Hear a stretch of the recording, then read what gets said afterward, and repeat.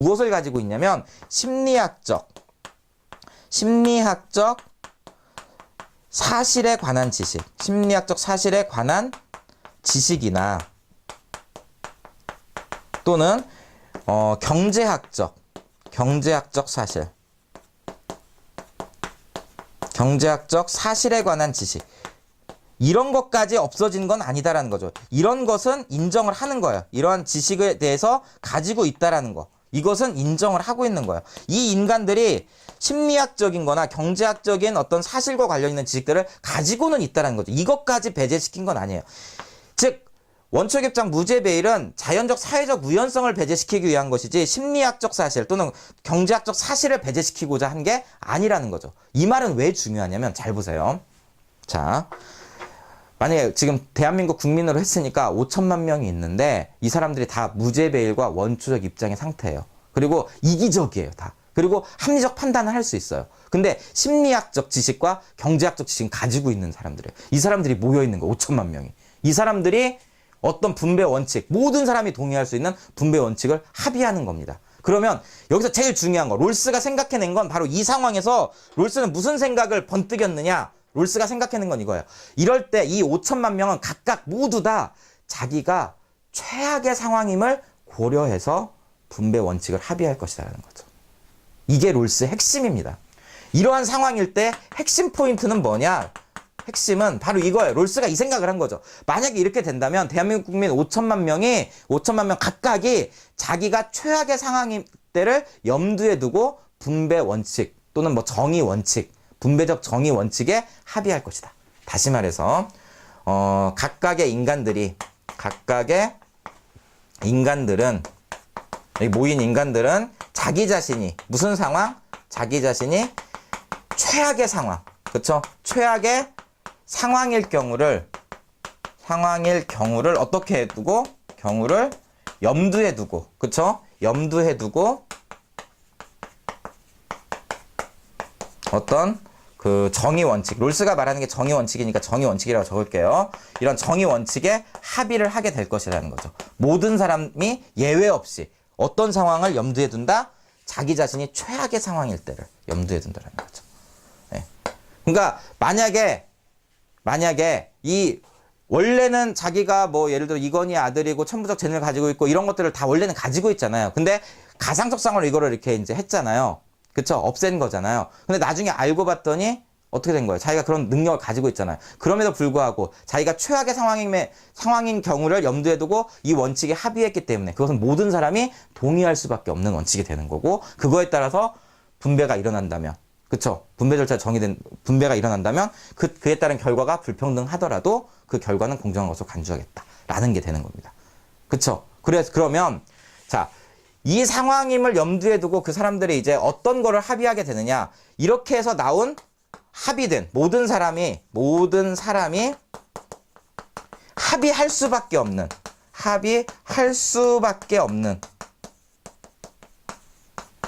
어떤 정의 원칙을 도출을 해냅니다. 자, 여러분들 이 정의 원칙, 지금 이야기하는 이 정의 원칙은 여러분들이 반드시 암기를 해두셔야 돼요. 반드시 알고 계셔야 됩니다. 자, 이게 바로 롤스의 정의 원칙인데 어떤 원칙이냐? 롤스의 정의 원칙. 자, 모든 사람이 어떤 원칙에 합의하게 되느냐? 자, 제1원칙은 무엇이냐면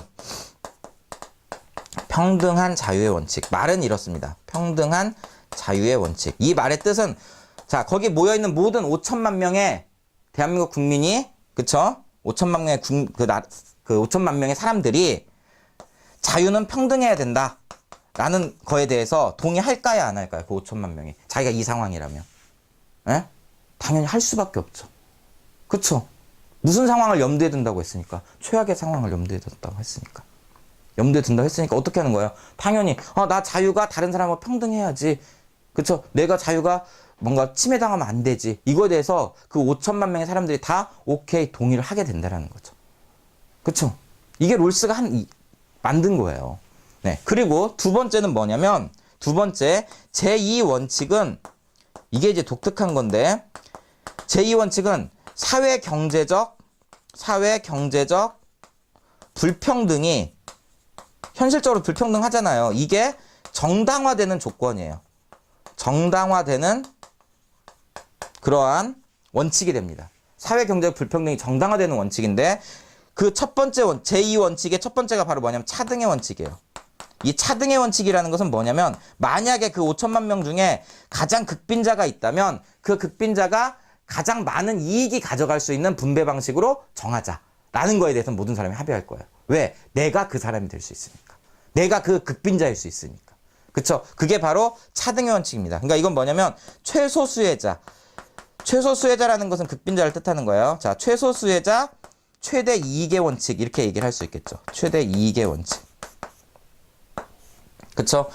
두 번째는 뭐가 있냐면 그렇지만 그러한 어떤 사회 경제적 불평등의 원인이 되는 어떤 직위라든지 직책을 갖는 기회는 모든 사람이 어때야 된다? 공정해야 된다. 그게 바로 공정한 뭐가 되는 거죠? 기회균등의 원칙이겠죠. 기회균등의 원칙. 자, 이런 원칙들에 대해서 자, 5천만 명의 사람들은 다 어떻게 하게 된다?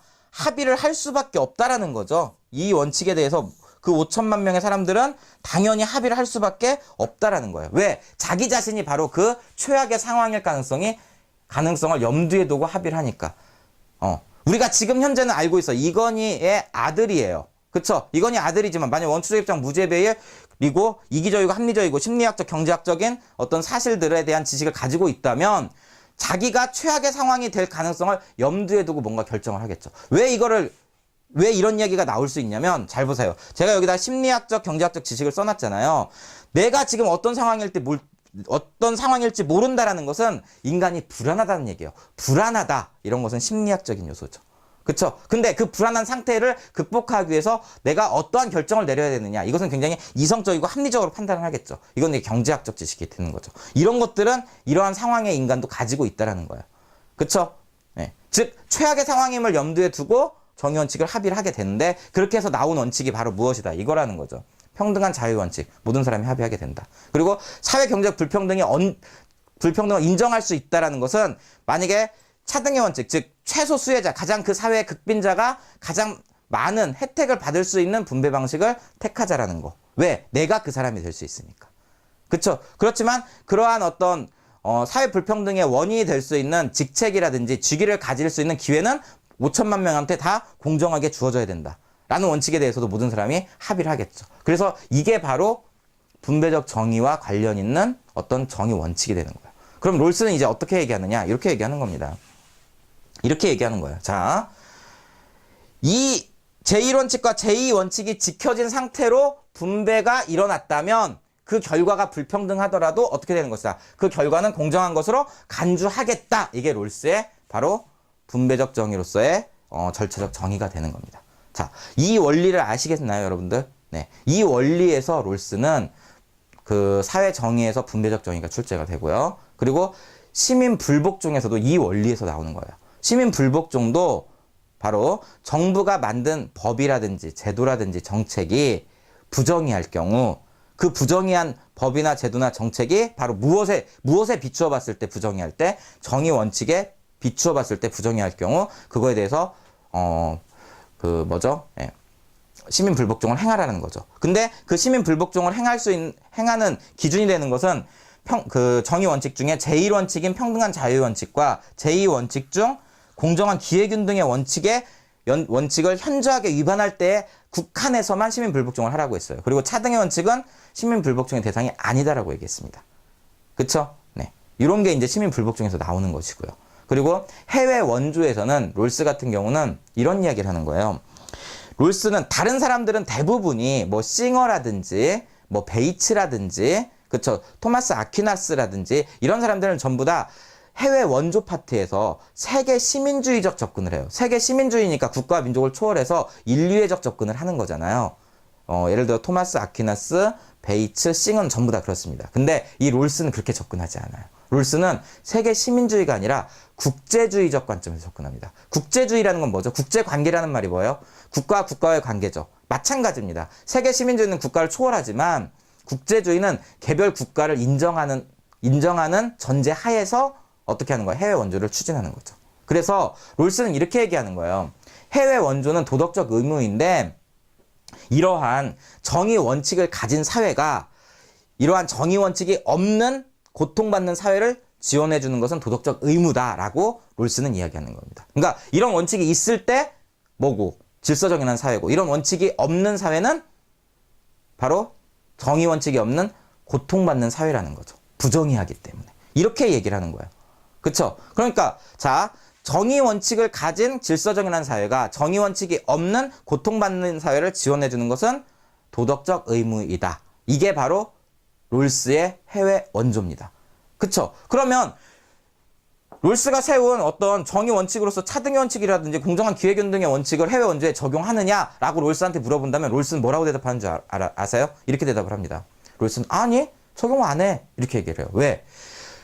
내가 만든 정의 원칙들은 국내용이지 국제용이 아니야. 이것은 국내에서만 적용되는 거지 국제적 관계에서 적용할 것은 아니야.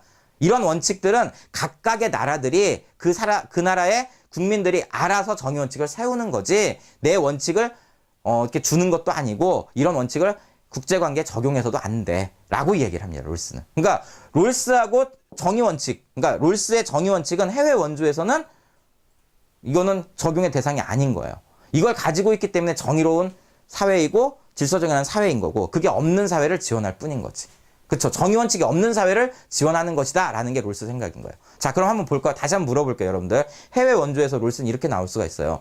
자원이 풍부한 질서정연한 사회 지원할까요, 안 할까요? 질서정연하잖아요. 정의 원칙이 있잖아요. 지원 안 하는 거죠. 자원이 없는데 질서정연해요. 자원이 부족한데, 부존 자원이 부족한데 질서정연해요. 그래도 지원 안 합니다. 왜? 질서정연하다는 얘기는 정의 원칙이 있다는 얘기니까. 근데 자원이 많은데 정의 원칙이 없어서 고통받는 사회. 또는 자원이 적은데 자원도 적고 정의 원칙도 없어가지고 고통받는 사회. 이러한 고통받는 사회, 정의 원칙이 없어서 고통받는 사회에 대해서는 지원을 하죠. 근데 다시 정의 원칙이 세워졌다면 그때는 해외 원조를 중단해도 된다. 이게 롤스의 생각이에요. 그러니까 롤스의 핵심은 정의 원칙이 있는 사회와 정의 원칙이 없는 사회에 맞춰져 있어야 됩니다. 알겠죠? 네. 이런 부분들이 이제 여러분들을 힘들게 만드는 거예요. 자, 일단 분배적 정의에서의 롤스를 이야기를 했습니다. 근데 이게 시민 불복 중에서는 어떻게 적용되고 그 다음에 해외 원조 파트에서 롤스는 어떻게 이야기하는 어떤 식으로 해외 원조를 이야기하는지 이런 부분들을